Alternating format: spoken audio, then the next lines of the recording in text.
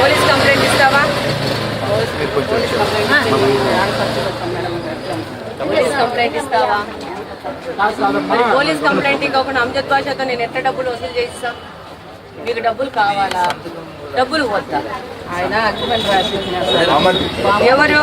షేక్ మహమ్మద్. ఎవరన్నా షేక్ మహమ్మద్? లాస్ట్ బామర్ది మీద కేసు వెళ్తుంది. ఇది ఇది అమ్జద్ బాషా అంట ఉద్యోగం ఇప్పిస్తానని డబ్బులు తీసుకొని లెటర్ ఇచ్చి 1.5 లక్ష రూపాయలు 1.55 మన కడప స్వచ్ఛ కడపలో వస్తే బాధితురాలు చెప్తా ఉంది. 55,000 ఏంది మన రౌండ్ చేయకోకుండా? ఓకే, 5,000 ఖర్చు మళ్ళీ ఇచ్చినాడు. పార్టీ చేసుకోవాలని 5,000.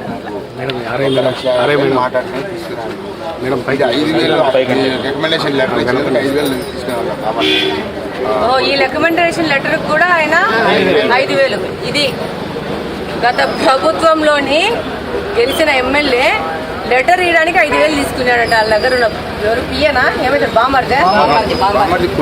బామర్ది కొడుకు తీసుకున్నాడంట 5,000 రూపాయలు ఈ లెటర్ కంట. ఈయన పేరు ఎహియానా? మీ పేరేంటి? గురప్ప. ఇప్పుడు మీకేం కావాలా? మా డబ్బులు మాకు రావాలి. మీ డబ్బులు మీకు కావాలంటే మీరు కొన్ని చెయ్యాలా? పోలీస్ కంప్లైంట్ ఇవ్వాలి, చీటింగ్ కేసు ఇవ్వాలా? ఎందుకంటే మీ దగ్గర చెక్కు ఉంది. ఈ చెక్కు కూడా ఇచ్చినాడు. వాళ్ళకు ఉద్యోగం ఇవ్వలేకపోతే చెక్కు ఉద్యోగం ఇవ్వలేదు, డబ్బులు తీసుకున్నాడు, వాడుకున్నాడు, అయిపోయింది. ఆ తర్వాత డబ్బుల కోసము బాధితులు వెళ్ళి అడిగితే చెక్ ఇచ్చినాడు డబ్బు ఇవ్వాలని. ఇదేందమ్మా అగ్రిమెంట్? దేనికి అగ్రిమెంట్? ఇది డబ్బులు ఎన్నికి ఇస్తానో నమ్మకం లేదని అగ్రిమెంట్. ఇది అగ్రిమెంట్ కూడా అయిపోతుంది. కానీ డబ్బులు 20-30 ఇచ్చినాడు మేడం. అది రాలేదు. డబ్బులు ఇచ్చినాడు, మళ్ళీ డబ్బులు ఇస్తాను అగ్రిమెంట్ కూడా ఇచ్చినాడంట. మాజీ ఎమ్మెల్యే అమ్జద్ బాషా గారు. ఎహియాన్ అమ్జద్ బాషా బామ్మర్ది కొడుకట్ట. కడప జిల్లా సిటీ నబీకోట డోర్ నెంబర్ 5/12 నివాసైన బాలయ్య గారి కుమారుడు భద్రిపల్లి గుర్రప్పకు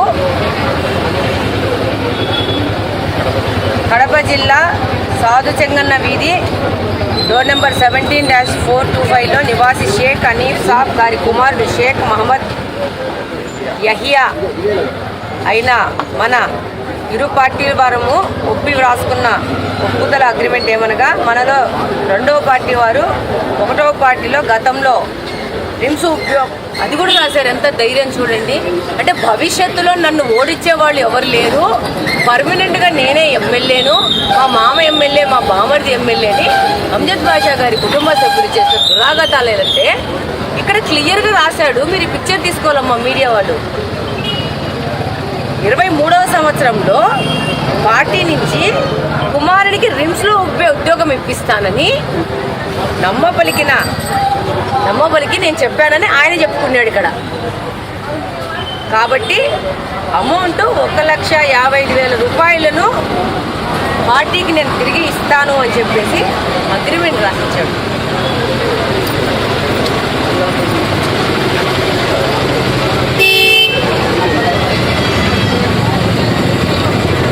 కడపోళ్ళు దీన్ని తెలుసుకోవాలి. నేను రిపీటెడ్గా గెలిచిన ఈ 2 సంవత్సరాల నుంచి చాలా మంది వచ్చి మాకు ఉద్యోగాలు కావాలి అని అంటే, చాలా మంది వచ్చి నా దగ్గరికి ఉద్యోగాలు కావాలని అడుగుతుంటే నేను చెప్పేదాన్ని, ఎవరినన్నా కానీ ఉద్యోగాలు ఇస్తామని చెప్పేసి డబ్బులు అడిగితే వాళ్ళు మిమ్మల్ని మోసం చేయడానికే చెప్తున్నారు. పొరపాటున కూడా ఎవరికి కూడా 5 రూపాయలు కూడా డబ్బులు ఇవ్వకండి. కూడా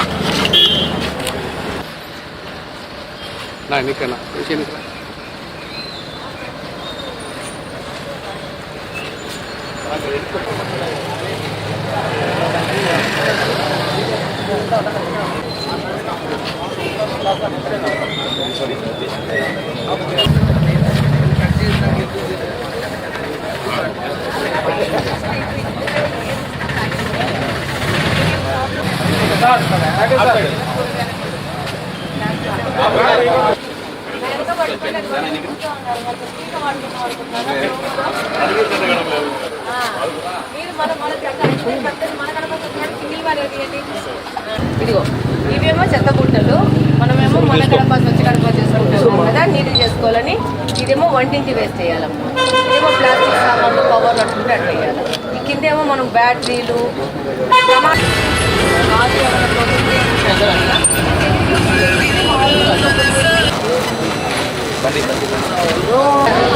రాజు సామాన్లు వాళ్ళ చెత్త తీసుకుపోయినప్పుడు మంచిగా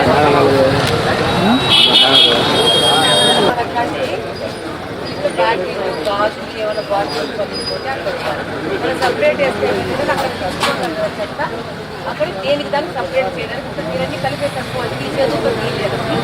మీరు ఇక్కడ సపరేట్ వేస్తారంటే వాళ్ళు నీట్గా పనిచేస్తారు. వర్కర్స్తో హెల్త్ వర్కర్స్తో మన కడప స్వచ్ఛ కడప ప్రోగ్రామ్ని మనము కడప నియోజకవర్గంలో మన ఒక పర్సనల్ ప్రోగ్రామ్గా తీసుకొని మనం ముందుకు వెళ్తూ ఉన్నాం.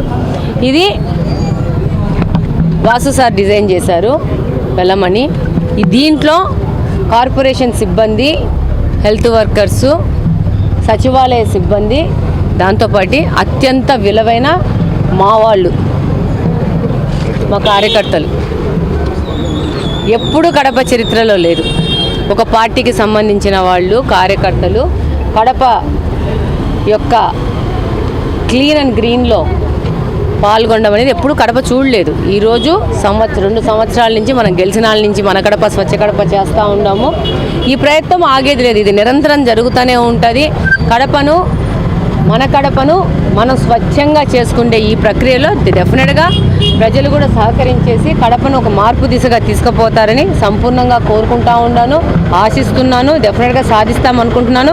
మీ ద్వారా కూడా మీడియా మిత్రులందరూ సహకరించేసి ఎప్పుడు అవకాశం వచ్చినా కూడా కడపను నీట్గా పెట్టుకుందాము, కడపను స్వచ్ఛంగా పెట్టుకుందామని చెప్పేసి కడపను అప్గ్రేడ్ చేసుకోవాల్సిన బాధ్యత మనందరి మీద ఉందని కోరుకుంటున్నాను. మనందరి మీద మేము ఎంత తిరిగినా కానీ, ఎంత 100 మంది వర్కర్లు వేసుకొని తిరిగినా కానీ, మా వాళ్ళు ఎంత కష్టపడి పనిచేసినా కానీ, కార్పొరేషన్ సిబ్బంది ఎంత సిన్సియర్గా కానీ, ప్రజల్లో మార్పు వచ్చి ప్రజలు కూడా ఒక అవేర్నెస్తో ఒక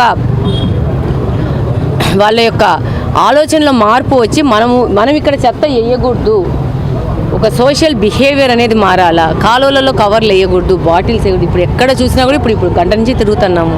ప్రతి ఒక్క కాలువలో కూల్ డ్రింక్ బాటిల్స్, చిప్స్ ప్యాకెట్లు, ఇంట్లో ఉన్న సామాన్లు, ఒక్కొక్క చోట పరుపులు, రోళ్ళు కూడా వేసేస్తున్నారు.